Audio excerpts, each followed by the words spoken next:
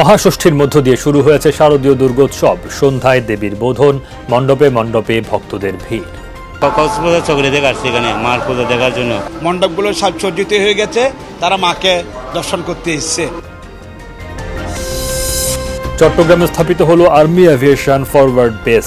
যুক্ত হয়েছে দুটি অত্যাধুনিক হেলিকপ্টার। দুর্গম অঞ্চলে দ্রুত পৌঁছানো যাবে জরুরি সেনা সহায়তা। অযত্ন অবহেলায় বিবর্ণ বন্দরনগরীতে 11 ক্রিকেটারের ভাস্কর্য। সংস্কারের দাবি ক্রিকেট প্রেমীদের। ডাচ্চিগুলো আছে আমাদের প্রতিনিধিত্বভাবে লাল সবুজের পতাকা, সেটা পর্যন্ত বিবর্ণ হয়ে গেছে। দেশের সাথে তো ওরা খেলতেছে, সেই হিসাবে ওদের দেশের সম্মান, ওদেরকে তো সম্মানটা রাখা হচ্ছে।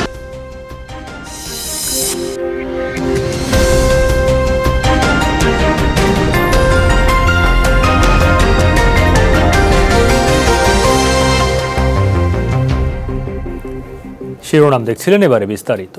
ষষ্ঠী পূজার মধ্য দিয়ে চট্টগ্রামে শুরু হয়েছে সনাতন ধর্মাবলম্বীদের সবচেয়ে বড় ধর্মীয় উৎসব শারদীয় দুর্গাপূজা। চট্টগ্রামের সব মণ্ডপ সেজেছে নতুন সাজে, বিরাজ করছে উৎসবের আমেজ।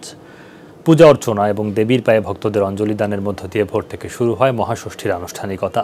চণ্ডীপাঠ হয় সব মণ্ডপে। সন্ধ্যায় রয়েছে দেবীর বোধন, আমন্ত্রণ ও অধিবাস। গত বছর করোনা পরিস্থিতির কারণে তেমন আয়োজন না থাকলেও এবার মণ্ডপে মণ্ডপে ভিড় করছেন ভক্তরা। প্রতিটি মণ্ডপে দৃষ্টিনন্দন কারুকাজ আর আলোকসজ্জা নজর কাড়ছে সবার। এবার চট্টগ্রাম জেলায় 1964টি এবং মহানগরীতে 276টি মণ্ডপে অনুষ্ঠিত হচ্ছে শারদীয় দুর্গোৎসব। লাখো মানুষ কিন্তু রাস্তায় এসে যেখানে মণ্ডপগুলো সাজসজ্জিত হয়ে গেছে, তারা মাকে দর্শন করতে এসেছে। কক্সবাজার চকরিতে আসছে এখানে মার পূজা দেখার জন্য। চট্টগ্রামের মধ্যে হাজারীগলির পূজাটা অনেক প্রিয়, ঐতিহ্যবাহী পূজা। শারদীয় দুর্গোৎসবের খবর জানাতে চট্টগ্রাম এবং বান্দরবান থেকে সহকর্মীরা যুক্ত হচ্ছেন আমার সঙ্গে। চট্টগ্রামে রয়েছেন সহকর্মী আরিফুর রহমান সবুজ। সবুজের কাছে যাচ্ছে শুরুতেই। সবুজ, কি আনুষ্ঠানিকতা চলছে বন্দরনগরীতে এবং মণ্ডপে ভক্ত অনুসারীদের ভিড় কেমন দেখছেন?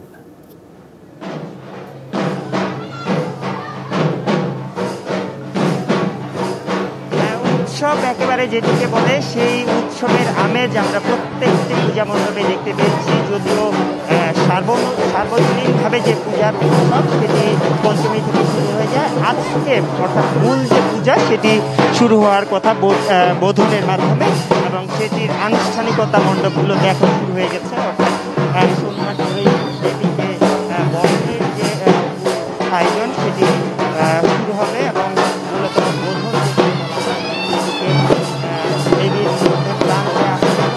গানের পাশাপাশি দেবীকে আসনে বসানো হবে। এটি মূলত বোধন এবং এই বোধনের পরেই ষষ্ঠী পূজা অনুষ্ঠিত হবে। এই আয়োজনটি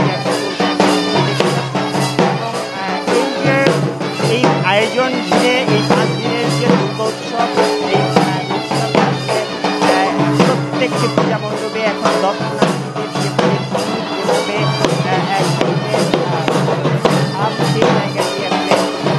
সাধারণ মানুষ যারা তারাও গত 2 বছর ধরে মূলত করোনার কারণে এক ধরনের বিধি নিষেধ ছিল। এইবার যেহেতু কিছুটা করোনার কমেছে, সেক্ষেত্রে যদিও এবারও নানা রকম বিধি নিষেধ রয়েছে। এই বিধি নিষেধের কারণে মণ্ডপগুলোতে বিশেষ করে পূজা আয়োজন কমিটির পক্ষ থেকে নানা রকম বিধি নিষেধ, বিশেষ করে স্বাস্থ্যবিধির জায়গাটি মেনে চলার ব্যাপারে বারবার তাগাদা দেওয়া হচ্ছে। সেই জায়গাটি থাকা সত্ত্বেও তারপরেও বলছেন যে গত 2 বছর যেভাবে করোনার প্রকোপ ছিল, সে কারণে উৎসবটা সেভাবে করতে পারেনি। এবার সেই জায়গাটি অন্তত করতে পারবেন। সব কিছু মিলে বলা যায় যে এই যে 5 দিনের যে দুর্গোৎসব, সেই উৎসবের শুরু হচ্ছে এবং আজকে থেকে এই বোধনের মধ্য দিয়ে দেবীকে বরণের মধ্য দিয়ে দেবীকে আসনে বসানোর মধ্য দিয়ে সেটি যাত্রা আয়োজন এখন চট্টগ্রামের পূজা মণ্ডপে। আচ্ছা সবুজ, আপনার কথা ছাপিয়ে বাদ্যযন্ত্রের যে শব্দ বেশি ভেসে আসছিল তাতে উচ্ছ্বাসটা টের পাচ্ছিলাম। ধন্যবাদ আপনাকে। বাটিং মার্মা যুক্ত আছেন আমাদের সঙ্গে বান্দরবান থেকে। বাটিং, বান্দরবানে সার্বিক দুর্গোৎসবের পরিবেশ কেমন দেখছেন? উদযাপন আয়োজন কেমন চলছে?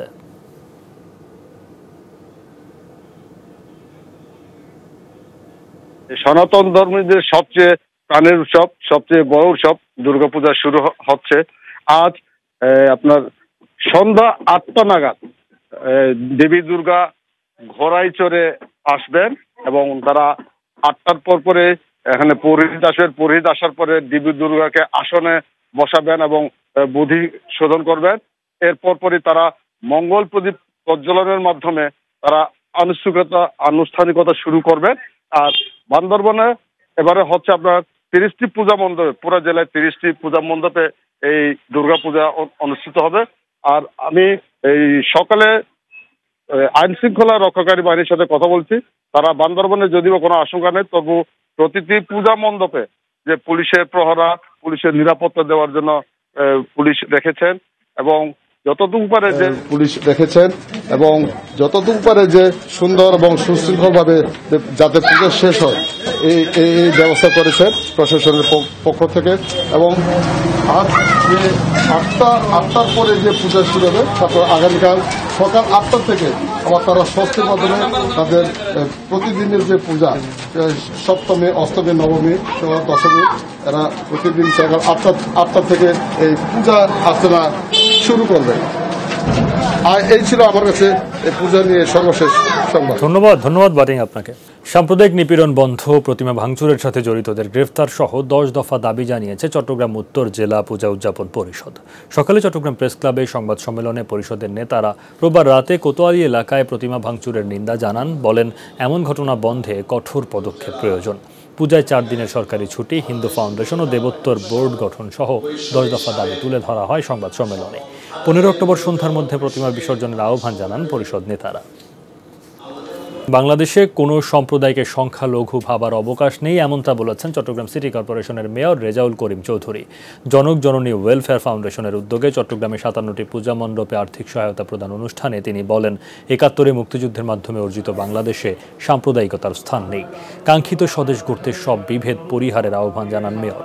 অনুষ্ঠানে মহানগর যুবলীগের যুগ্ম আহ্বায়ক ফরিদ মাহমুদ, ওয়ার্ড কাউন্সিলর আবুল হাসনাত বেলাল, ওয়াসিম উদ্দিন সহ আরও অনেকে বক্তব্য দেন। অবসরপ্রাপ্ত মেজর সিনহা মোহাম্মদ রাশেদ খান হত্যা মামলায় 5ম দফায় 2য় দিনের সাক্ষ্য গ্রহণ শেষ হয়েছে। সকালে কক্সবাজার জেলা ও দায়রা জজ আদালতে 27 নম্বর সাক্ষী মোহাম্মদ জিয়াউর রহমানের সাক্ষ্য গ্রহণের মধ্য দিয়ে শুরু হয় কার্যক্রম। এর আগে বরখাস্তকৃত ওসি প্রদীপ ও অন্যান্য আসামিদের কড়া প্রহরায় আদালতে আনা হয়। আজ মোট 5 জনের সাক্ষ্য গ্রহণ ও জেরা সম্পন্ন হয়েছে। এ নিয়ে আলোচিত এই মামলায় 31 জনের সাক্ষ্য ও জেরা সম্পন্ন হলো। আগামীকালও সাক্ষ্য নেওয়া হবে। 2020 সালের 31 জুলাই রাতে কক্সবাজার টেকনাফ মেরিন ড্রাইভ সড়কের শামলাপুর চেকপোস্টে পুলিশের গুলিতে নিহত হন অবসরপ্রাপ্ত মেজর সিনহা মোহাম্মদ রাশেদ খান। চট্টগ্রামের শাহ আমানত আন্তর্জাতিক বিমানবন্দরে স্থাপিত হল আর্মি এভিয়েশন ফরওয়ার্ড বেস, যেখানে অন্তর্ভুক্ত করা হয়েছে 2টি অত্যাধুনিক হেলিকপ্টার। সকালে আনুষ্ঠানিক উদ্বোধন করেন সেনাপ্রধান জেনারেল SM শফিউদ্দিন আহমেদ। এই বেস থেকে জরুরি সেনা সহায়তা ও আভিযানিক কার্যক্রম চলবে বলে জানান তিনি। যুক্তরাষ্ট্রের তৈরি বেল 407 GXI নামক হেলিকপ্টার দুটির রয়েছে আধুনিক সব বৈশিষ্ট্য, যার মাধ্যমে দুর্গম অঞ্চলেও দ্রুত এবং সহজ উপায়ে পৌঁছানো যাবে জরুরি সেনা সহায়তা।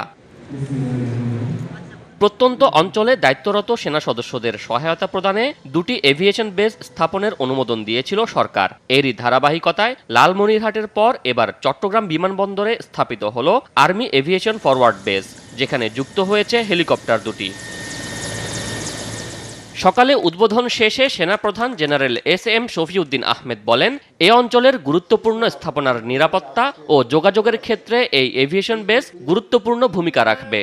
এই অঞ্চল সবের আভিযানিক গুরুত্ব, বিভিন্ন জাতীয়ভাবে গুরুত্বপূর্ণ স্থাপনার তাৎপর্য বিবেচনা করেই চট্টগ্রামে এই আর্মি এভিয়েশনের ফরওয়ার্ড বেস স্থাপন করার সিদ্ধান্ত গ্রহণ করা হয়েছিল। নতুন অন্তর্ভুক্ত 2টি হেলিকপ্টার বৈমানিকদের দক্ষতা ও সেনাবাহিনীর সক্ষমতা বৃদ্ধিতে ভূমিকা রাখবে বলে জানান সেনাপ্রধান।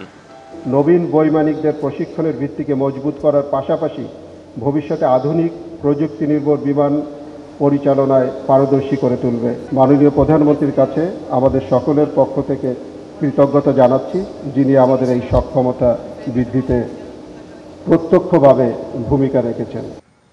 নবনির্মিত এই হ্যাঙ্গারে একসাথে 9টি MI-171 হেলিকপ্টার, 4টি C-295W বিমান সহ প্রয়োজনীয় সংখ্যক প্রশিক্ষণ বিমান রাখা যাবে। আকাশ হতে অনুসন্ধান ও পর্যবেক্ষণ পরিচালনা করা সহজতর হবে। পাশাপাশি হেলিকপ্টারগুলোর মাধ্যমে জরুরি চিকিৎসা সহায়তা প্রদান ও সীমিত আকারে জরুরি রসদ সরবরাহ করা সম্ভব হবে। চট্টগ্রামে আর্মি এভিয়েশন ফরওয়ার্ড বেজের নির্মাণ কাজ শুরু হয়েছিল 2019 সালের অক্টোবরে। শোয়েব রহমান, যমুনা নিউজ, চট্টগ্রাম।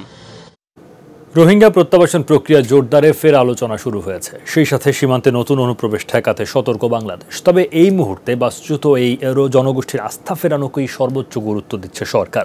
ক্যাম্প সংলগ্ন এলাকার নিরাপত্তা আরও জোরদারের সুপারিশ করা হয়েছে আইনশৃঙ্খলা বাহিনীকে। যমুনা টেলিভিশনের সাথে আলাপে এসব কথা জানিয়েছেন পররাষ্ট্র সচিব মাসুদ বিন মোমেন। বিস্তারিত লাভলি বিথির প্রতিবেদনে। এখনো থমথমে কক্সবাজারের রোহিঙ্গা শিবিরগুলো। রোহিঙ্গা নেতা মহিবুল্লাহ হত্যার পর স্থানীয়দের পাশাপাশি উদ্বিগ্ন আন্তর্জাতিক সম্প্রদায়। তাই প্রত্যাবাসন প্রক্রিয়া নিয়ে আবারও শুরু হয়েছে জোর আলোচনা। অনেকের শঙ্কা, ক্যাম্পের শীর্ষ নেতার হত্যাকাণ্ড পাল্টে দিতে পারে অনেক সমীকরণ। তবে চলমান প্রত্যাবাসন প্রক্রিয়া যেন বাধাগ্রস্ত না হয়, অব্যাহত আছে সেই চেষ্টা, জানালেন নীতি নির্ধারকরা।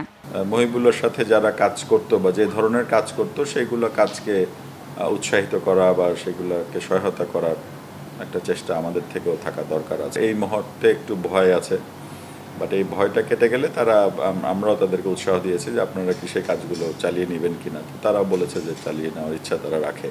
এরই মধ্যে মহিবুল্লাহর পরিবার ও অনুসারীদের বাড়তি নিরাপত্তা নিশ্চিত করেছে আইনশৃঙ্খলা বাহিনী।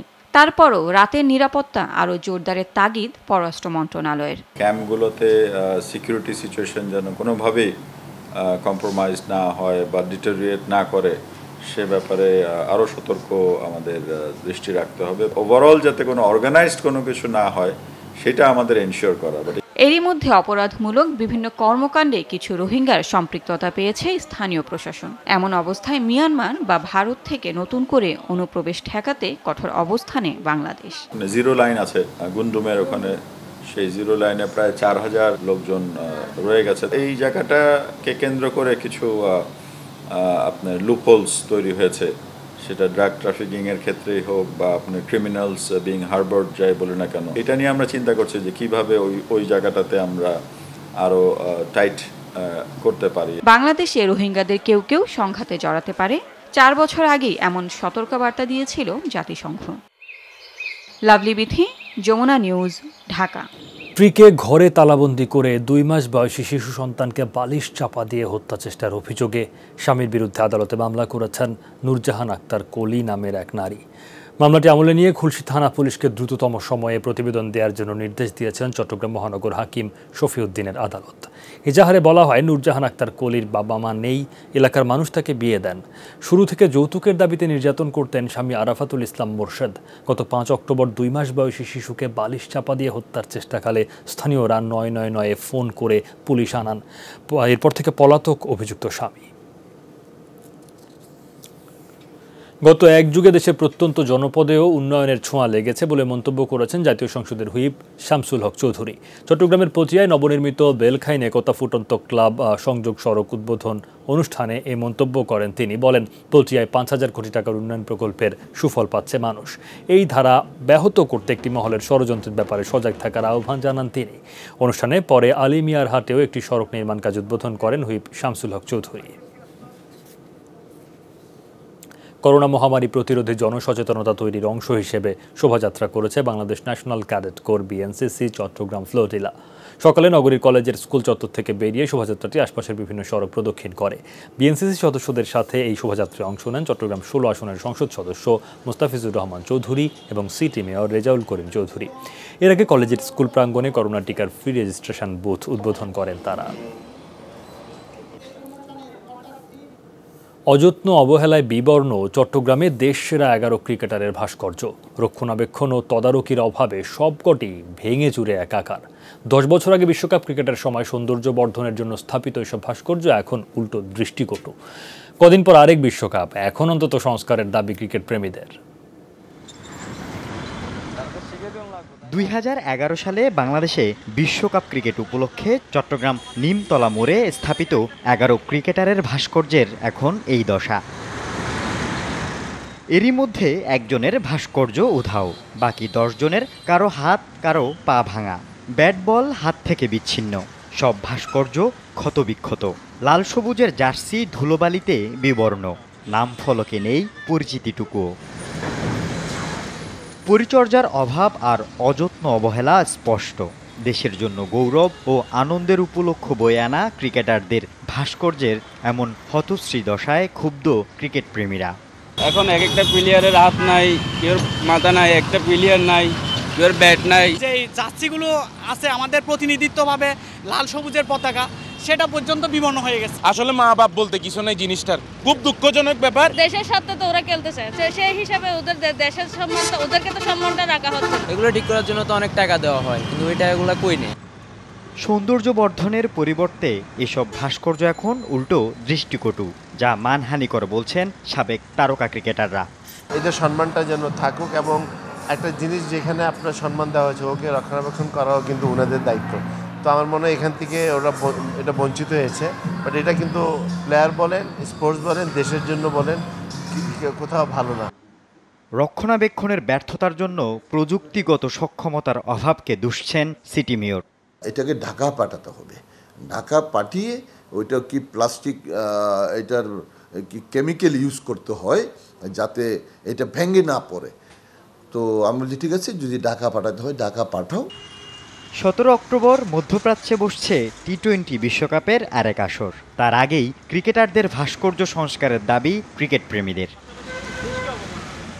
আল আমিন শিকদার, যমুনা নিউজ, চট্টগ্রাম। এই ছিল আজকে চট্টগ্রামে। এতক্ষণ সাথে থাকার জন্য ধন্যবাদ সবাইকে।